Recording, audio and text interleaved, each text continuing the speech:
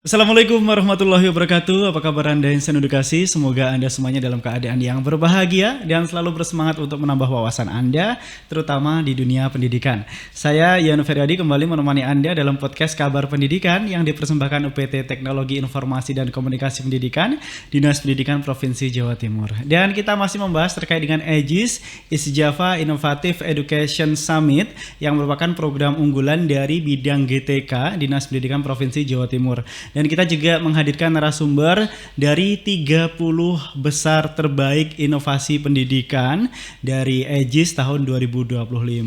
Kita sapa dulu untuk narasumber kita kali ini, Ibu Nuni Indayani MPD. Beliau adalah guru SMA Negeri 1 Kraksaan Probolinggo. Assalamualaikum Ibu. Waalaikumsalam Mas. Ya, sehat Ibu ya? Alhamdulillah sehat. Alhamdulillah. Tadi jauh-jauh dari Probolinggo. Oke. Dengan datang ke sini dengan penuh semangat ya Bu ya. Semangat, kesasar juga Mas. Oke, sempat kesasar ya Bu ya.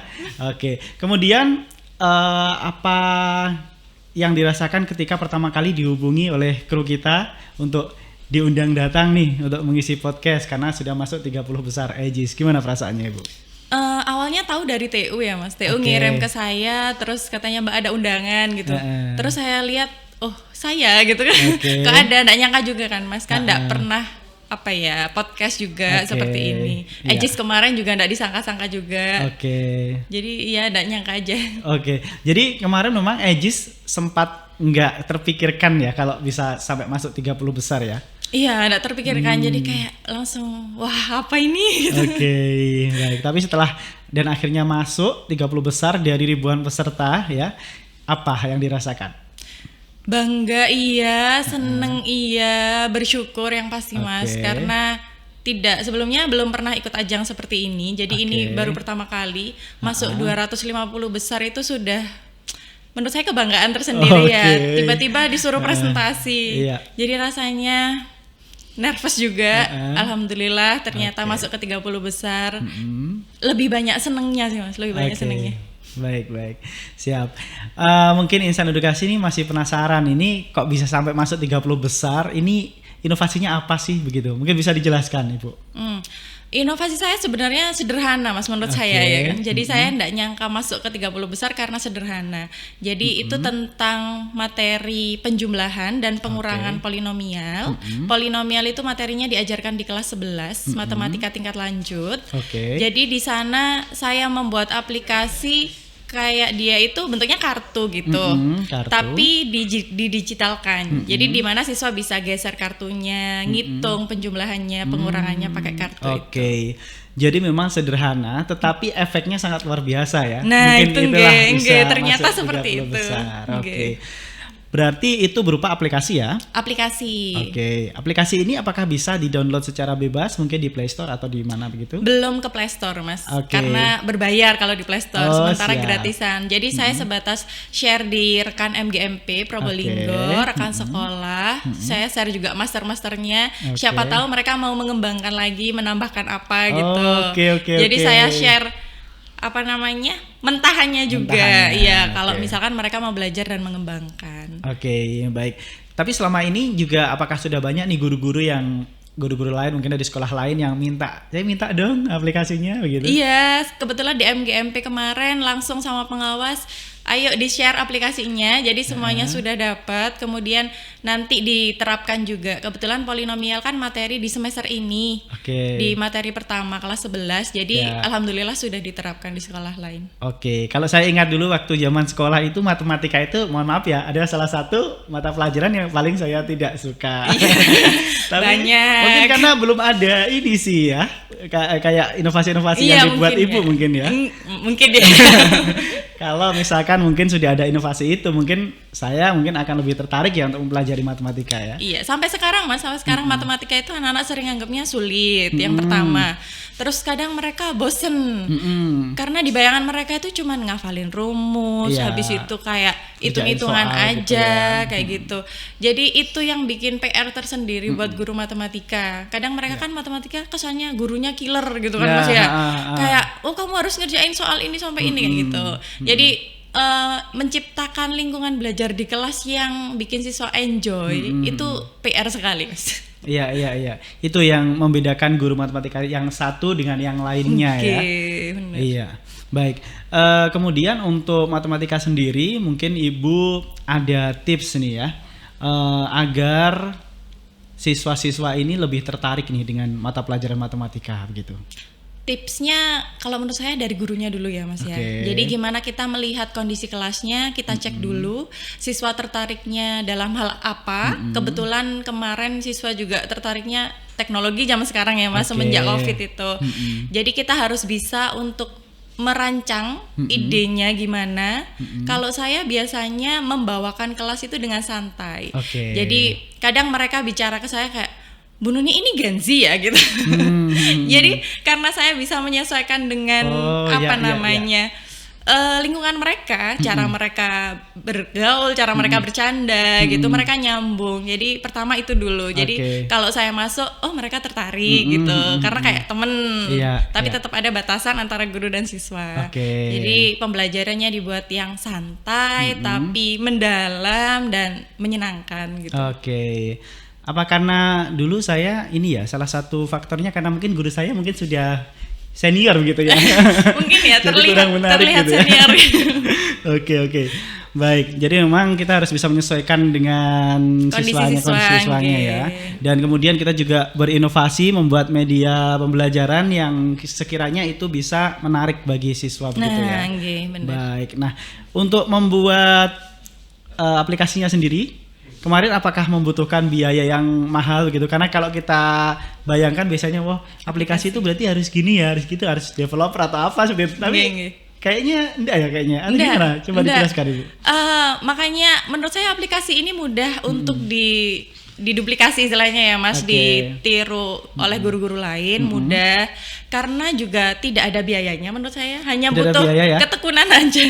Oke. Awalnya saya mikir sebenarnya kan aplikasi ini mau saya buat secara hard file, maksudnya mereka main kartu kayak biasanya gitu ya, awalnya seperti itu. Kemudian kayak mereka tertariknya ke teknologi, jadi saya mikir gimana sih caranya mengintegrasikan permainan kartu ini ke digital gitu. Akhirnya saya tanya teman-teman yang kemarin tesisnya tentang pengembangan, jadi saya cari juga di YouTube software apa yang bisa untuk membuat aplikasi gitu. Terus akhirnya dari situ ada yang bilang articulate storyline itu kan Mas. Nah awalnya saya 0% itu nggak bisa. Jadi di YouTube tapi tutorialnya kan banyak. Kita tanya di ChatGPT juga mereka mau jawab. Jadi hanya butuh ketekunan dan kemauan. Akhirnya nemu aplikasi itu dan gratis. Cuman butuh internet aja. Siap. Jadi kalau misalkan biaya itu bukan jadi alasan ya Bu ya, untuk kita tidak bisa berinovasi ya Bu ya. Benar sekali. Apalagi sekarang sudah ada ChatGPT dan juga tutorial di YouTube banyak sekali. Mungkin Ibu dan juga Bapak Guru bisa belajar dari situ juga ya, karena zaman terus berkembang begitu ya Bu ya. Nah kemudian dari kendalanya yang dihadapi apa Bu ketika membuat aplikasi ini? Kendalanya karena saya nol tahunya tentang aplikasi itu, jadi mungkin nyarinya di mana awalnya bingung. Sudah sempet kayak aduh nggak bisa ini di digitalisasi, kayak udahlah selesai aja di sini kayak gitu. Mentok ya? Iya kayak aduh saya nggak bisa gitu. Tapi akhirnya masa gini aja nggak bisa kayak gitu. Teman saya tesisnya selesai loh pakai kayak gini gitu. Akhirnya coba cari lagi. Habis itu juga ada teman guru di SMA yang sudah senior matematika, terus juga tanya-tanya konsultasi konsep-konsepnya, terus referensi buku-buku yang kemarin pas kuliah itu dibuka lagi, bener ndak prosesnya seperti itu. Akhirnya ya ternyata jadi. Yang terpenting kita fokusnya ke solusi dan inovasinya kita usahakan selesai begitu ya, bukan di hambatan-hambatannya ya Bu ya. Bukan, selama masih ada kemauan ya Mas, pasti bisa. Pasti bisa, selalu ada jalan ya Bu ya. Benar. Baik. Nah, mungkin kalau misalkan gurunya ini sudah senior nih Bu, sudah kayaknya sudah nggak mau lagi lah menggunakan teknologi begitu. Toh nanti sebentar lagi saya juga pensiun begitu. Banyak seperti itu ya Mas ya. Itu gimana Bu? Kalau menurut Ibu apa nih yang harus dirubah nih mindsetnya? Mindset itu tadi Mas, bentar lagi juga pensiun gitu itu loh. Jadi ya saya temui banyak juga yang seperti itu, yang dikit-dikit bilang nggak apa-apa weh, saya gini aja, bentar lagi juga pensiun. Tapi tidak banyak juga yang guru-guru di sekolah saya itu kemarin pensiun, guru matematika ada 2, tapi beliaunya semangat. Jadi tidak memikirkan, oh saya bentar lagi pensiun, enggak. Jadi tetap mau belajar dengan yang masih muda-muda, yang teknologinya sudah canggih. Misalkan kayak menggunakan Wayground atau Quizzes.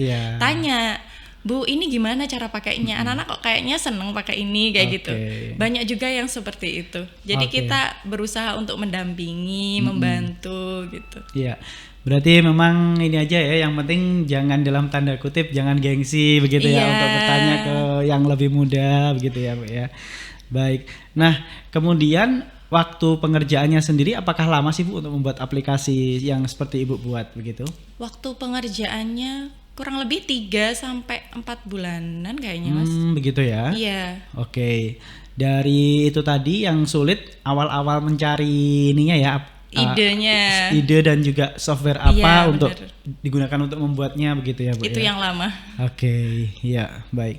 Dan selama ini apa rencana Ibu ke depannya untuk mengembangkan ini? Apakah ya sudah gini, mungkin ada yang mau duplikasi dari sekolah lain, atau masih adakah rencana ke depan ini mau saya kulik lagi nih begitu? Ada nggak?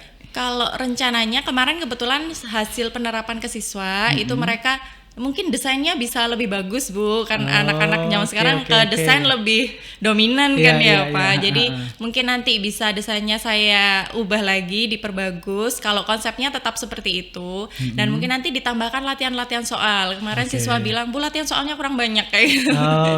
Malah seperti itu. Jadi rencananya dikembangkan kayak gitu. Terus juga masih memikirkan gimana kalau ditambahkan dengan materi perkalian polinomial. Kan kemarin fokusnya di penjumlahan dan pengurangan. Bagaimana kalau ditambahkan perkalian? Rencananya seperti itu. Oh iya. Jadi masih selalu kepengen untuk dikembangkan lagi ya. Untuk Eji sendiri apakah ada rencana ikut lagi mungkin tahun depan begitu? Kalau rencana selalu ada, Mas, tapi enggak tahu apa lagi. Lihat nanti ya. Kayak gitu ya. Semoga masih tetap inovatif, tetap ada ide. Yang jelas untuk anak-anak sih, Mas, yang penting. Iya kan? Betul. Dan apa memang dirasakan perbedaan daya tangkap dari anak-anak, dari murid Ibu mungkin dulu belum menggunakan metode ini atau media pembelajaran ini, kemudian sekarang sudah menggunakan aplikasi ini, ada bedanya atau berbeda? Berbeda ya. Iya, ternyata kalau yang kemarin mereka sekedar menghafal, kalau misalkan penjumlahan berarti ngafalinnya kalau x kuadrat sama x kuadrat gitu aja. Kadang juga ada yang karena menghafal akhirnya salah, mentang-mentang ada x-nya kayak berarti x tambah x kuadrat gitu, tetap aja dijumlahkan 2x kuadrat padahal kan enggak boleh gitu. Kalau sekarang itu mereka lebih dalam, jadi bukan hanya ngafalin itu aja, tapi mereka paham konsepnya. Ini kenapa kok enggak bisa gitu? Karena kartunya itu kan berwarna-warni. Jadi kalau dijumlahkan jelas-jelas warnanya beda gitu kan, enggak bisa gitu. Jadi sekarang konsep yang mereka terima itu lebih dalam daripada sebelumnya. Jadi hasil belajarnya pun itu bisa lebih dalam. Lebih bagus. Iya. Kalau tadi nih kendala ketika mau membuat aplikasinya ya, Bu ya. Kalau ketika di lapangan, kendala apa yang atau tantangan apa yang dihadapi, Bu? Apa mungkin ada yang nggak bawa HP atau internetnya harus kenceng atau seperti apa sih, Bu, kalau di lapangannya? Kebetulan aplikasi saya penggunaannya bisa tidak pakai internet. Offline ya bisa. Ya? Jadi kalau misalkan untuk install baru pakai internet. Nanti kalau udah selesai diinstal di HP buka, itu nggak usah pakai internet bisa. Tapi kendalanya tidak bisa dipakai di iOS ternyata. Saya juga baru tahu. Jadi di Android ya. Iya, siswa saya yang pakai iOS nggak bisa. Akhirnya ya sudah kita bikin berkelompok gitu. Jadi minimal ada satu kelompok satu HP Android. Kalau internet enggak ada. Jadi kendalanya itu aja sih. Tidak semua siswa bisa pakai karena ada yang beberapa pakai iOS. Tapi kadang saya siasati mereka bisa pakai laptop karena bisa dibuka di laptop juga. Kalau dari siswa sendiri, Bu, untuk selama ini kalau tadi kan ini ya masukannya misalkan desainnya seperti itu ya. Ada lagi nggak, Bu, misalkan dalam tanda kutip itu yang sulit gitu ketika memakai aplikasi ini atau ya lancar-lancar aja selama ini? Oh iya, waktu pengurangan Mas. Di penjumlahan kan gampang, kartunya hanya satu. Di Oke. pengurangan itu kartunya ada dua. Oh, Satu warna, iya, dua iya. kartu. Jadi kartu plus sama kartu negatif, kartu Oke. positif negatif. Itu yang kebanyakan siswa bingung menggunakannya gimana. Jadi Oke. sarannya sebelumnya diberikan tutorial dulu, kayak ini kartu positif sama negatif itu gunanya apa gitu. Oh, Jadi iya, iya. padahal sudah ada penjelasannya, tapi penjelasannya berupa teks. Mungkin Oke, kadang- malas ya Iya, malas anak-anak aja biasanya ya. melihat bentuk teks, mungkin malas. Jadi mungkin yang teks itu dibuat kayak bentuk video tutorial. Saat kartu positif sama negatif berkumpul berarti nanti hasilnya 0. Kayak Oke. gitu. Mungkin seperti itu. Itu yang banyak dibingungkan siswa. Oke, iya. Baik. Dan untuk ke depannya tadi rencananya kan mau dikembangkan ya untuk perkalian ya. Insya Allah. Ya semoga. Kemudian dari yang diharapkan sendiri dari Ibu untuk ke depannya ya mungkin terkait dengan Ibu sendiri yang ingin berinovasi atau mungkin dari ingin mengembangkan aplikasi ini tuh harapannya apa sih Bu? Kalau harapan dari diri saya pengen saya terus untuk berinovasi Mas. Oke. Jadi ternyata ikut ajang seperti, karena ini pertama kali ya kembali lagi, ternyata ikut ajang seperti ini tuh seru karena secara nggak langsung kemarin saat 50 besar presentasi banyak ngobrol dengan guru-guru dari sekolah lain. Jadi kayak ya Allah, hebat-hebat banget mereka ya. Ternyata di luar sana itu banyak orang-orang hebat. Justru dengan ikut ajang seperti ini saya bisa belajar dari mereka gitu. Jadi akhirnya itu juga memotivasi saya untuk terus oke, saya harus terus berinovasi. Nanti siapa tahu juga bertemu dengan orang-orang hebat, dan hasil inovasinya juga kebanyakan membuat siswa suka gitu. Siswa lebih suka hal-hal baru kan gitu Mas. Iya. Jadi harapan saya seperti itu. Harapannya juga untuk aplikasinya, karena materi polinomial itu diajarkan setiap tahun di kelas 11 di matematika tingkat lanjut, jadi masih bisa tetap dipakai untuk setahun-tahun berikutnya. Oke. Jadi harapannya seperti itu. Baik, selama ini apakah dukungan dari kepala sekolah atau mungkin dari sekolah sendiri atau dari dari cabang dinas ya, cabang dinas pendidikan Probolinggo ini ada atau tidak untuk terkait dengan Kalau ikutnya Ibu ke lomba EJIS ini? Kalau dukungan pasti ada, kepala sekolah juga sangat mensupport. Kebetulan Oke. kepala sekolah saya habis ganti kan Mas. Oh, gitu. Waktu saya daftar sama saya jadi presentasi 50 besar sudah berbeda. Tapi keduanya dukungannya luar biasa. Jadi ada guru inovasinya yang masuk gitu, dan ternyata gurunya inovatif di sekolah ini gitu. Oh. Dan cabang dinas sendiri selalu memberikan dukungan kayak surat izin apa untuk mengikuti iya, lomba iya. kayak gitu. Cabang dinas mempermudah sekali. Oke, jadi secara administrasi sangat mempermudah gitu Iya, ya. dan dukungan kayak butuh surat apa, ayo. Jadi kayak selain dukungan berupa yang kelihatan real kayak gitu, mereka juga terus memotivasi, ayo guru yang lain harus juga seperti itu. Oke, ya baik. Terakhir nih, Ibu, apa mungkin saran atau mungkin masukan nih ke guru-guru yang lain, boleh guru-guru matematika boleh, atau guru-guru secara umum yang ada di Jawa Timur, agar juga bisa ke depan nih ikut EJIS begitu, atau ikut berinovasi begitu. Kalau saran, mungkin saya lebih ke sharing aja Oke. ya Mas. Siapa tahu ini juga bisa jadi masukan untuk guru-guru di luar sana. Ya. Sharing aja bahwa saya sadar ternyata hal yang kecil yang menurut saya itu tidak terlihat di kelas, itu bisa jadi inovasi. Dan itu bisa menjadi ide yang bagus untuk pembelajaran di kelas. Jadi bukan desainnya bukan hanya teacher center, pokoknya siswa harus gini, pokoknya siswa harus gitu. Ternyata hal-hal yang kecil yang kita temui itu bisa dikembangkan loh. Jadi mungkin untuk saya sendiri dan guru-guru di luar sana, kalau misalkan mau berinovasi, jangan pernah merasa bahwa inovasi itu harus hal yang besar. Jadi lakukan apa yang menurut jenengan semua itu baik di kelas, dan selalu ada adanya kemauan diri untuk terus belajar. Oke, baik. Terima kasih Bu Nuni atas waktunya. Luar biasa Sama-sama. sekali ya. Semoga bisa menginspirasi guru-guru yang lain ya Bu ya. Amin. Ya. Tapi mungkin Bu, sebelumnya kalau mungkin ada guru-guru yang lain mau berkomunikasi dengan Ibu nih lewat media sosial, mungkin mau tanya-tanya gimana sih caranya tadi buat aplikasinya begitu, ingin tanya lebih dalam, boleh mungkin bisa di-share ini Bu, akun media sosialnya mungkin ada? Oh, ada IG. Oke, silakan. namanya Nuni Indayani, @Nuni Indayani, kecil semua. Oke. Udah, Ya, itu aja. Siap. Baik, terima kasih Bu ya. Sama-sama. Ya, terima kasih juga untuk Anda yang sedang edukasi. Semoga apa yang tadi sudah kita bahas bisa menginspirasi Anda semuanya. Jangan lupa untuk subscribe, like, dan juga share di YouTube channel kami di UPTT IKP Didik Jatim. Saya Yan Feradi pamit undur. Wassalamualaikum warahmatullahi wabarakatuh. Salam EduTech, UPTT IKP terus maju dan inovatif.